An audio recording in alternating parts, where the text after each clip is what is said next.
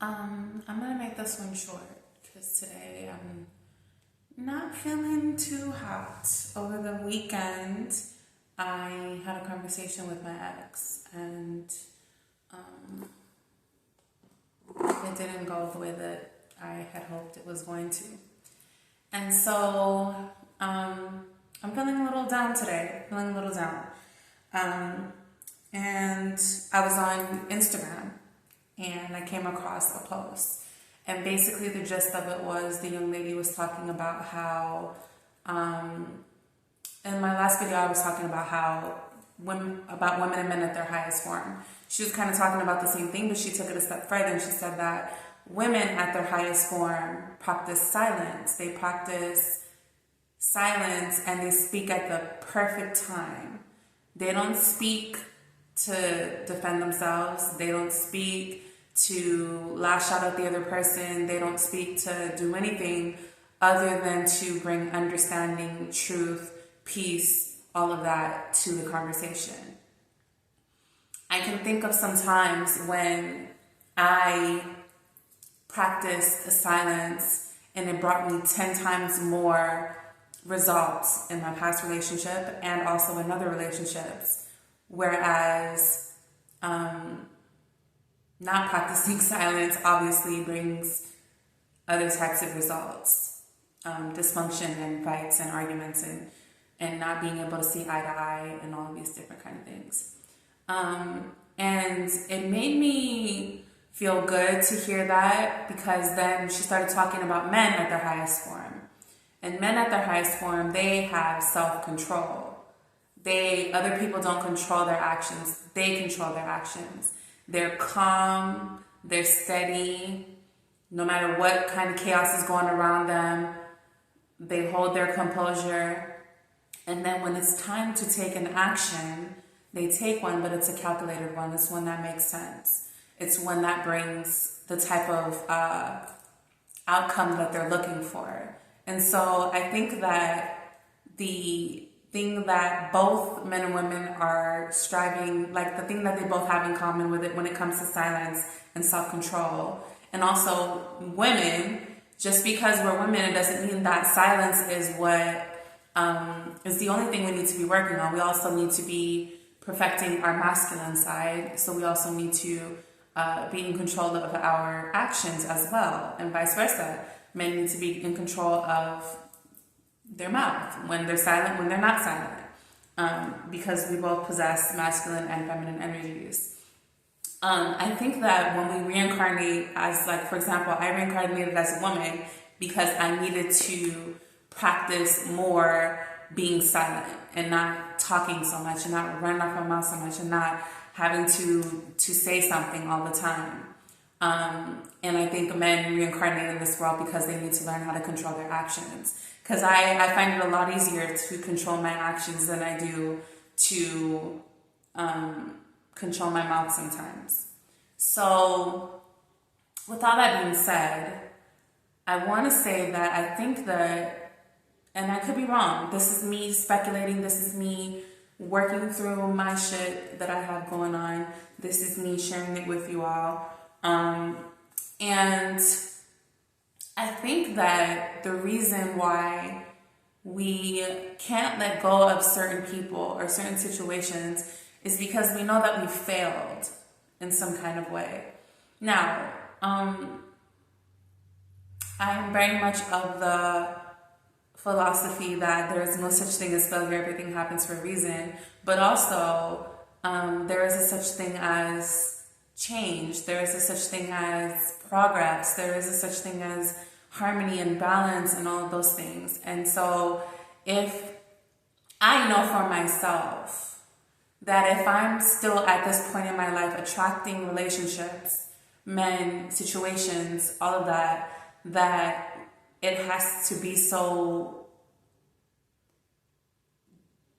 disharmonious, that means that I haven't done the type of work that I thought that I did. It means that I failed. It also means that there's an opportunity, because the other person is willing, there's an opportunity to correct it. But it's like, How? So that's kind of what I'm sorting through. That's what we're sorting through together. How do we correct it? Because there's a reason why we are drawn to each other. There's a reason why things happen the way that they did. And just for me, like personally, I just don't, I'm at a point in my life where I don't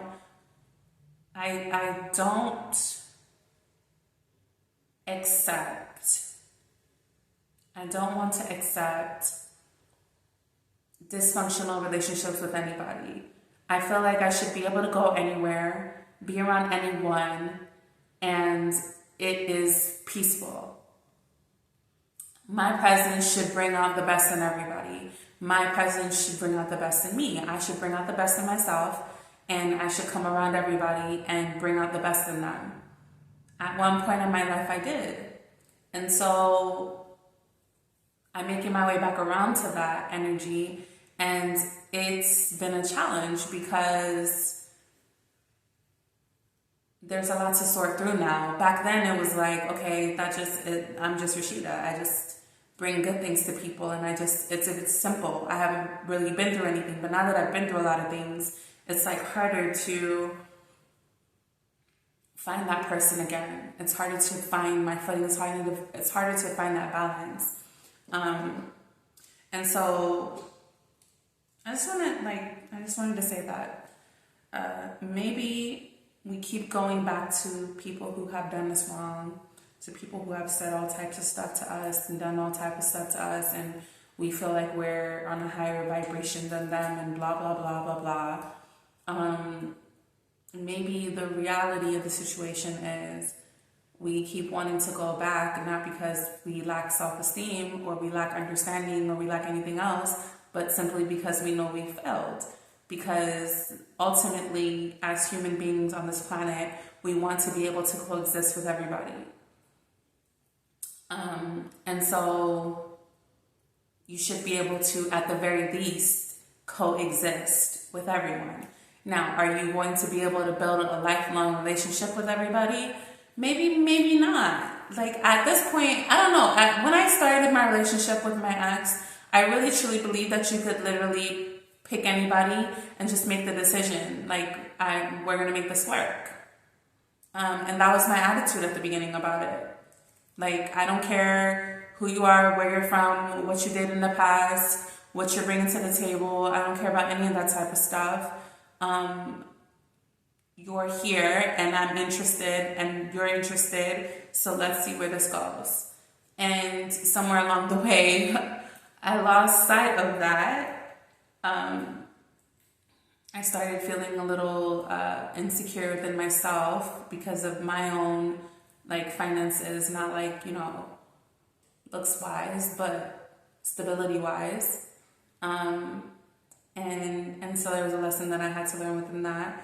And I don't know, maybe I didn't want to allow him to help me through that situation because he was willing to help me through feeling unstable with changing gears with my career and going from making the amount I was making to not making anything at all, and all that type of stuff. That was a very vulnerable situation for me, and I don't do vulnerability, apparently. I learned something new about myself. I'm not as vulnerable as I thought I was. And that caused issues. And so, yeah. So anyway, I just wanted to say that. Maybe that's what it is. Maybe we just know deep down that we failed. Deep down that the work is not done. Deep down that, we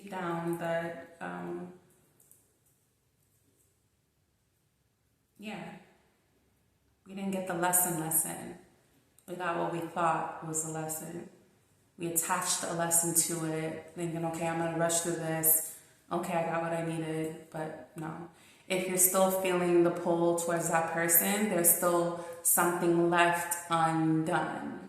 There's still something left to experience. And so, yeah, that's where we're at with it. Every day I'm learning more and more how to let go. Every day I'm learning more and more how to um, keep a spirit of forgiveness, keep a spirit of open-mindedness, keep a spirit of love, acceptance, truth. And some days I succeed better at it than others, and that's what it is. We're all human beings at the end of the day. I think that's all I wanted to say. I'm super tired and I still have another client. But anyway, yeah, until next time, be well.